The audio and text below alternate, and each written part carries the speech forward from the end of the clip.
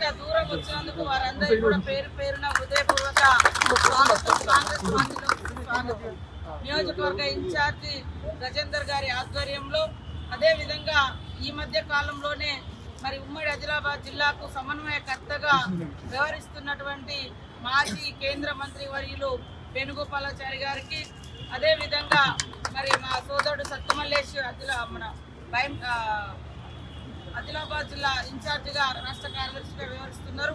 వారితో పాటు మా మండల పార్టీ అధ్యక్షులు, సీనియర్ నాయకులు, మార్కెట్ కమిటీ చైర్మన్లు, గ్రామ అధ్యక్షులు అందరికీ, పత్రికా మీడియా సోదరులకు అందరికీ కూడా హృదయపూర్వక నమస్కారాలు. కాంగ్రెస్ పార్టీ అంటేనే సంక్షేమ పార్టీ, కాంగ్రెస్ పార్టీ అంటేనే సోషల్ జస్టిస్ ను పాటించే పార్టీ. ఇవాళ ఎన్నో సంవత్సరాలుగా మరి కానటువంటి అనేక జటిలమైనటువంటి సమస్యలను పరిష్కరించే దిశగా సీఎం రేవంత్ రెడ్డి గారు ఎస్సీ వర్గీకరణ కానీ, అదేవిధంగా 1931 తర్వాత ఈరోజు కుల గణన అత్యంత శ్రద్ధాశక్తులతోటి అత్యంత పగడ్బందీగా నిర్వహించడంతో ఈరోజు బీసీ వర్గాలకు 56.33% మరి వాళ్ళ యొక్క జనాభాను ఈ యొక్క లెక్కల ద్వారా రావడం జరిగింది. 30 ఏళ్ల క్రితం ఆంధ్రాలో మొదలైన ఉమ్మడి రాష్ట్రంలో మొదలైనటువంటి వర్గీకరణ ఉద్యమం మరి ఇన్నాళ్లకు సీఎం రేవంత్ రెడ్డి గారు కూడా కోర్టులో మంచి లాయర్లను పెట్టి ఆర్గ్యుమెంట్ చేయించి మరి తీర్పు రావడానికి మరి వారు కూడా ఇక్కడటువంటి అనేక మంది మంత్రులు, అదేవిధంగా ముఖ్యమంత్రి గారు కూడా మంచి ఆర్గ్యుమెంట్ చేయించి మరి సామాజిక న్యాయం ఉండాలి అనేటువంటి దిశగా మరి చేయడంతో మరి దాన్ని కూడా ఈ మొన్ననే మన అసెంబ్లీలో మరి ఆమోదించుకోవడం జరిగింది. కానీ ఇటు బీఆర్ఎస్ వెంటనే ఉల్టా మాట్లాడడం మొదలు పెడతారు. ఎందుకంటే ఆ ఫలాలు ప్రజలు సంతోషంగా స్వీకరించకూడదు అనేది వాళ్ళ కుట్ర. వాళ్ళు చేయండి మేము ఇంకోళ్ళు చేయొద్దు అనేది వాళ్ళ కుట్ర. ఇవాళ అందుకనే బీసీ కులగణ అంత పగడ్బందీగా చేసినా కూడా కాదు అని అంటారు. అయ్యా అబద్ధానికి పుట్టింది బీఆర్ఎస్ అని నేను అంటాను. ఎందుకంటే 10 ఏళ్ళలో చేసింది లిమ్కా బుక్ కోసం, రికార్డు కోసం పంపిన తప్ప ఏ గవర్నమెంట్ నివేదికలలో పెట్టలే, ఎక్కడ అసెంబ్లీలో పెట్టలే, ఏ సైట్లో పెట్టలే. కానీ ఈరోజు ఇల్లు గవర్నమెంట్ అధికారులు పోయి తీసుకొచ్చిన సర్వేను తప్పు పట్టించి బీసీలలో ఒక ఆందోళన క్రియేట్ చేసి ఆ యొక్క వాళ్ళ యొక్క సమస్యల మీద వీళ్ళు రాజకీయం చేయాలనిపిస్తుంది. బీజేపీ అయినా బీఆర్ఎస్ అయినా ఇవాళ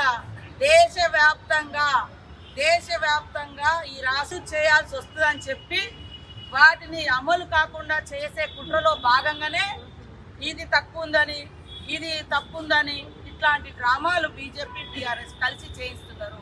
అందుకనే ప్రజలారా ఆలోచించండి. మొదటి నుంచి కూడా అట్టడుగు వర్గాలకు అనుకూలమైనటువంటి నిర్ణయాలు తీసుకొని ఇవాళ సంక్షేమ రాజ్యాన్ని నడిపించేది కాంగ్రెస్ పార్టీ, కాంగ్రెస్ ప్రభుత్వం. కాబట్టి ఈ రోజు ఇంత పెద్ద ఎత్తున పార్టీలో కూడా జాయిన్ అవడానికి వచ్చినందుకు సోదరులకు అందరికీ కూడా హృదయపూర్వక స్వాగతం. లేట్ అయింది వాస్తవానికి. ఇవాళ మేము మరి ముఖ్యమంత్రి గారి దగ్గర సమావేశం ఉండడంతో అక్కడే జాయిన్ కావాలి, కానీ వారు మరి చాలా సేపు మన పార్టీకి సంబంధించినటువంటి విషయాలు, ఎమ్మెల్యేలకు సంబంధించినటువంటి సమస్యలు, ఇప్పుడు ఎమ్మెల్సీ ఎన్నికలు ఇవన్నీ డిస్కషన్ చేయడంతో కొద్దిగా లేట్ అవ్వడం జరిగింది. మా వాళ్ళు ఎవరు ఏమనుకుంటే తప్పకుండా సీఎం గారిని మళ్ళీ కల్పిస్తామని కూడా ఈ సందర్భంగా తెలియజేస్తుంది.